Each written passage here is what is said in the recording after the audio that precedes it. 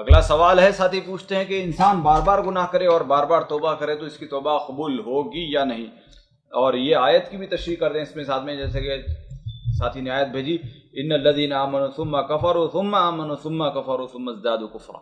دیکھیے، پہلی چیز تو ہمیشہ اس چیز کو ذہن میں رکھنا چاہیے کہ دیکھیں کہ یہ آیت کن لوگوں کے بارے میں یا کس قسم کے حالات کے بارے میں نازل ہوئی۔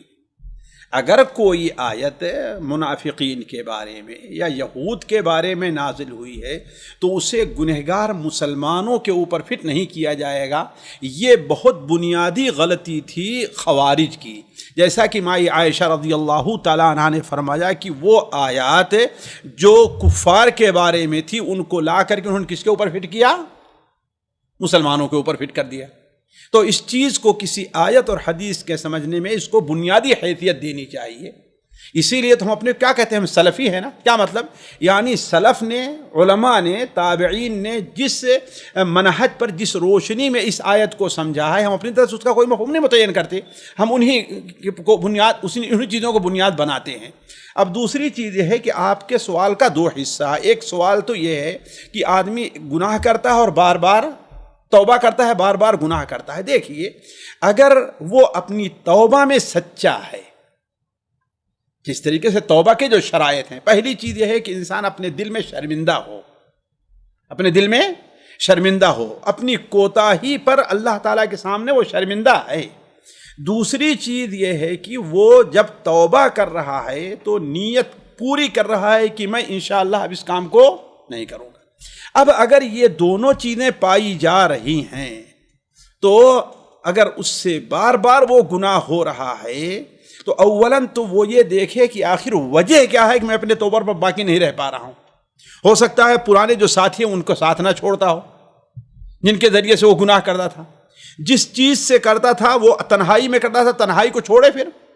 لیکن علی کل حال یہ دونوں چیزیں ہیں، یعنی وہ دل میں شرمندہ بھی ہے اور اس کی سچی نیت بھی ہے کہ ارادہ بھی ہے، تو اس کی توبہ اللہ تعالیٰ کے نزدیک قبول ہے۔ یہ اللہ اور بندے کے درمیان کا معاملہ ہے۔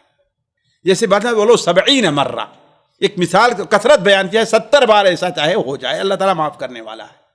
دوسری چیز جو اس حدیث کا مطلب، آیت کا مطلب ہے، یہ آیت علماء کے نزدیک جہاں تک ہم نے سمجھا ہے اور مجھے وقتی طور پر یاد ہے کہ یہ آیت بعض اہل علم کہتے ہیں یہ یہود کے بارے میں نازل ہوئی ہے کہ انہوں نے موسیٰ علیہ السلام کے ساتھ پر ایمان لے آئے، ہے نا، پہلے کفر ایمان لے آئے، پھر حضرت عزیر جب ان کا آیا تو کفر کیا، پھر ان پر ایمان لے آئے، پھر حضرت عیسیٰ علیہ السلام کے ساتھ پہلے انکار کیا، پھر ان پر ایمان لے آئے، ثم ازدادوا کفرا، اور نبی صلی اللہ علیہ وسلم پر ایمان لا کر کے مزید نہ ایمان لا کر کے مزید کفر کا انہوں نے ارتکاب کیا۔ تو ظاہر بات ایسے لوگوں کی توبہ قبول نہیں ہے۔ دوسرا قول یہ ہے کہ یہ منافقین کے بارے میں ہے جو اپنے ایمان میں سچے نہیں رہتے تھے۔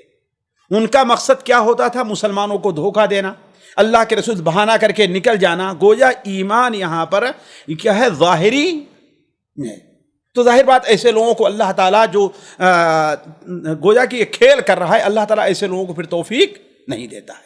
نہ یہ کہ کوئی آدمی صدق دل سے ایمان لے آ رہا ہے پھر پڑ جا رہا ہے تو اس میں یہ داخل نہیں ہے، واللہ عالم۔ اور اس کی دلیل یہ بھی ہے کہ اللہ تعالیٰ اولاً اس کے فوراً بعد سے دیکھیے منافقین کا ذکر شروع ہو رہا ہے اسی آیت میں، اسی صورت میں، اور خود سورہ منافقون میں جہاں پر اس کا ذکر ہے ذالک بانہم آمنوا ثم کفروا فطبع علی قلوبہم فہم لا یفقہون، تو گویا ایمان ان کا کیا تھا؟ حقیقی نہیں تھا، ایمان ان کا کیا تھا؟ ظاہری تھا۔